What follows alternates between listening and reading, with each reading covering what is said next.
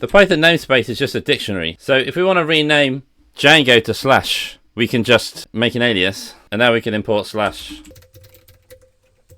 So if you put this anywhere in the new slash web framework, import Django will still work.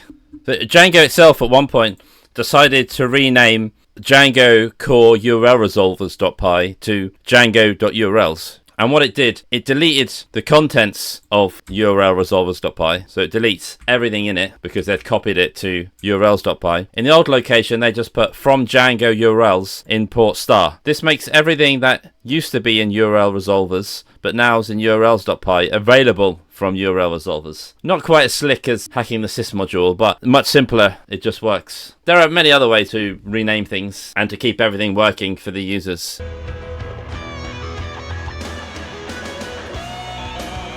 There's many ways of having the same module available with two different names. That's in software engineering anyway. Meanwhile, in data science, they do this everywhere. They have a name for it, and then they have a abbreviation for it. I have no idea why they do this. If you want to call your module MP, then rename it as MP. If you want to call your module PD, rename it as PD. I asked a data scientist about this, and he gave me the naff answer that, oh well, we shortened them to make the program run faster. And I was like, what? If you've watched any of my videos, you'll know the Python compiler replaces names with indexes. It doesn't matter what your name is, short or long, Python will replace it with an index. So the first name you use will be 0, the second name you use will be 1, and so on and so on. So there's absolutely no point shortening variable names for performance because they're compiled into index lookups. Use clear descriptive names that make your code readable.